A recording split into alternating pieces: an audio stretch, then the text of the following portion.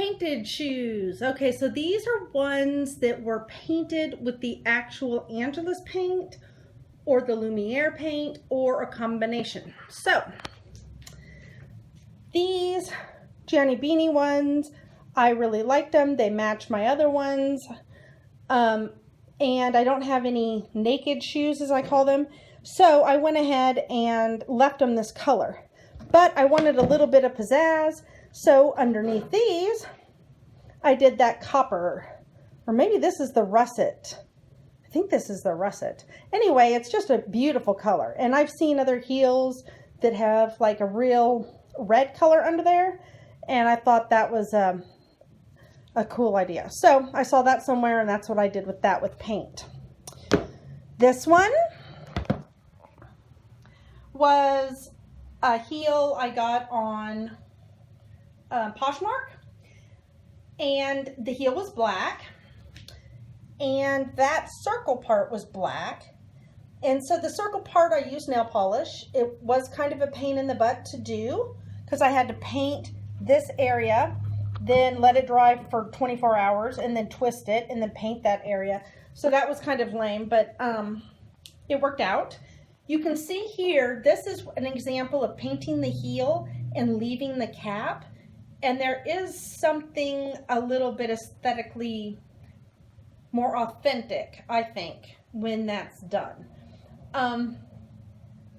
This one, all I did was paint the heel. They're suede. I didn't mess with them. I didn't do underneath. I just painted the heel part. These I got off of, I don't know, ThredUp, I think. They were a apricot kind of color, and I just wasn't feeling it. So I did this gold coppery kind of color, and I'm showing you this because up here when I walk, you can, because it's a slingback, you can see these edges here when I walk. So if it had been, I mean, not that many people would be staring at it, but I thought that the paint did need to come all the way up to the insole. And so I just used a little brush, and it was no big deal. Kind of like putting on eyeliner. You can kind of see here, I had some dots that I put along there, and I just thought those dots looked ugly. So I painted over. So, you know, it's like painting your walls in your house. It's not a permanent thing. You can fix stuff. Okay, so the reason I'm showing you this one is, notice that beautiful mark. I wore these outside, walking to the car. I have concrete walkway, sidewalky thing, and in between a couple of the big chunks is a big gap that isn't filled in. And of course, where did my heel go? In the gap. So that totally munched that up, and it would have munched up the regular heel also. I mean, it went all the way down. So, you know, the paint is not any more durable than the original finish. But I'm going to be able to fix this up. I'm going to kind of smooth out that wrinkle, and then I'm going to paint over it, and it'll be just fine. So, things like this, you can kind of see in there that elastic, there you go, is the color that the shoes were before. And I didn't bother painting that because you don't really notice, and I didn't want the elastic to get more stiff. So this pair of shoes, I love these shoes. They are super comfortable, and I never wore them because of the color. I just don't wear this color very much. I tend to wear shoes that match the color of my outfit. Hence, all of that. So I can definitely pick the right shade of pink or magenta or style or whatever that goes with my outfit. So I find myself not really using a lot of the neutral shoes. So with this one, what I did is I just painted this one strap. And I basically put little gold dots on it. Then I thought that looked not so good, so then I added little red burgundy dots on it. And then I thought, well, that really looks like it's jumping out at you. So then I used the dark brown mixed with that neutral and did a wash over the top. So I kind of like the effect it has. I like the diagonalness of it all, and I can wear it with my burgundy stuff and, you know, and whatever else. But that's why I did those. These from Mexico when we lived there, and I loved these shoes because they're super comfortable to walk around in, but they had almost a dry rot brittle kind of feel. I mean, they were on the edge. So I really worked a lot of saddle soap and really moisturized them and tried to revive them. And I think I was pretty successful. I don't, the leather is a little bit dry, but it's all right. So these were painted. Now paint works awesome when you need some weird color that the dye doesn't have and you have little parts. Because when you have a little part or even a medium part, it doesn't crack, like it just doesn't have the strain on it individually as if a big huge plane of the shoe, like say on a boot. So it worked wonderfully on this.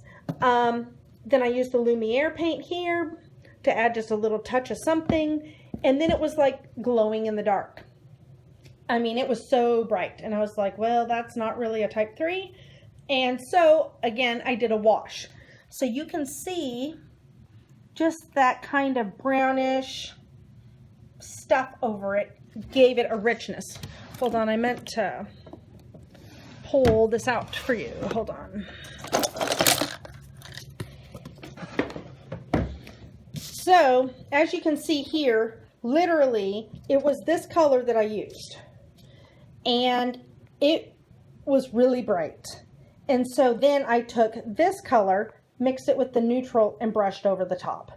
So that's how I've been able to use these colors that are not ours, but that I want to use. Okay. Okay, here's another thing about the colors here. Okay, so all of these are definitely us. This one is a bit on the edge. It's the Buttercup color, and I don't know, it just really stood out separate from the other colors. And unfortunately, I also put it in the area where there's a crease, where when you walk, it creases over and over and over. So that area is always going to have more stress on it. And with paint especially, that is going to cause this kind of look. So my tip is put your lighter colors where there is less flex. The darker colors where it's going to have more flex. Because like if this were to flex and you see a little bit of darkness in there, it's not going to be very obvious. Whereas it really is obvious on that orangey color. And so with this shoe, I mean, this was just a thrift shoe I was messing with. I kind of like this quadrant thing. Cognac on the side, because that's what color that looks like. And this bottom part was solid black, and I painted it that dark brown, and it blended really well. And the threads here, I just did with a little brush, and it wasn't actually as painful as it sounds like it might be. And I did that with the brown too. So, you know, these were an interesting experiment. As was this. These were some other vintage little shoes that I got at a thrift store, and I did kind of a copper dark brown layering on the heel, and then of course I did the color blocking. It was obvious to me that this could be a separate color because of how it's stitched on there, but then I thought, well, all right, maybe I can make it look semi-peacocky. So that's why I went ahead and did these. And I did that hint of metallic in there to kind of bring out that V shape. Now, I think it worked. They are definitely funky shoes. I want to show you. See, it's getting dark. All right. So, okay, so you can see there where that creasing is from walking. And I do not know why there is more of that on this particular shoe than others. I have a feeling it might be just the age of the leather and the ability for the paint to bond to it.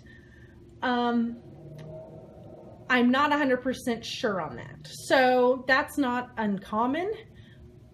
It can be touched up as long as you didn't mix some weird color that you no longer know what color that is. So, and I think that is what might be the case with this, because there is no peacock blue color and I mixed a couple things. So I don't think I'll be able to touch these up. But anyway, I don't wear them very often. I try not to look at it and I try to move on. Okay, so these were some of my first shoes that I painted. And as you can see, as compared to a lot of the other shoes, I did paint the insole. And that is not the best plan. You don't have to paint the insole. Even though this whole shoe was black, no one would have noticed that black insole. And it would have just, I don't know. I mean, my foot doesn't stick to it. I used a purple paint that had kind of a metallic, which is why you can see there that it kind of has that gold fleck. But I didn't really need to do all that and go to all that effort. I could have perhaps, if my toes showed, you know, I could have just gone up to this line here. Then I would have been able to see the Bandolino brand. You know, I mean, it would have just been a better idea. But I did go ahead and paint this entire shoe, including the heel. And again, this worked out really well with the paint because it's little pieces. They bend, but they don't have a lot of paint, so it doesn't crack. So that worked out well. Now, regarding if you do have to paint your insole, this is the last thing here. Here's some examples. Okay, so I had these flip-flops. They're from India.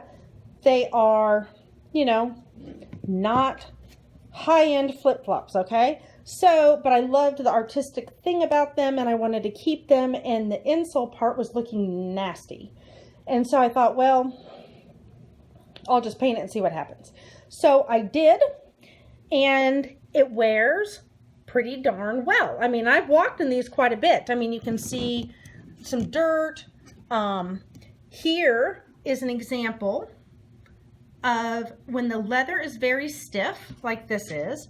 The only place it's bending is really right there, and that's why it's cracking. Now, this is not peeling up in a kind of peely kind of way, like that is. It's just separating. So that must have something to do with the kind of leather it is, and how well it bonded. But anyway, I did coat these with one coat of Mod Podge.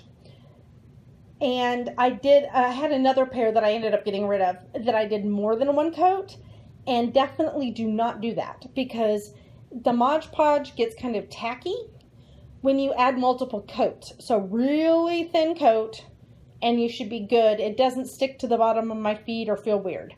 But anytime you don't have to paint the insole, just don't. It's easier. Now on this one, I also just used a little brush, and then I touched up these little elements because they were looking kind of pitiful. And so, you know, now they are what they are. But the paint does work on all parts of the shoe and is pretty durable. I mean, I'm kind of surprised. Okay. Oh, wait, I have one last thing. It's not a paint thing. It's a Sharpie thing. Okay, hold on. Here we go. Now, this was a wedge that I had found on sale. I liked how it had the brown and then that bronze. And I don't remember what color the straps were, but they weren't a color that I wore and or wasn't type 3. I can't remember. But I was like, this is before I bought paint. So I had a Sharpie. So I was like, I'm going to see what that does. So I used a Sharpie. Now granted, it took the whole Sharpie. And I just did lines.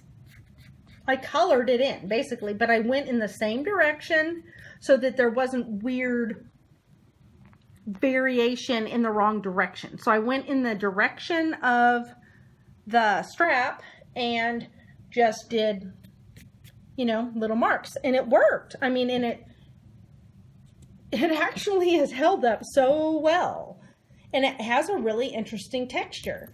So you can use Sharpies. So if you find that painting isn't for you, maybe using Sharpies is. So anyhow, I think that's like my whole shoe refashioning life. And I hope you can take what you need from all of this and make it work for your shoes.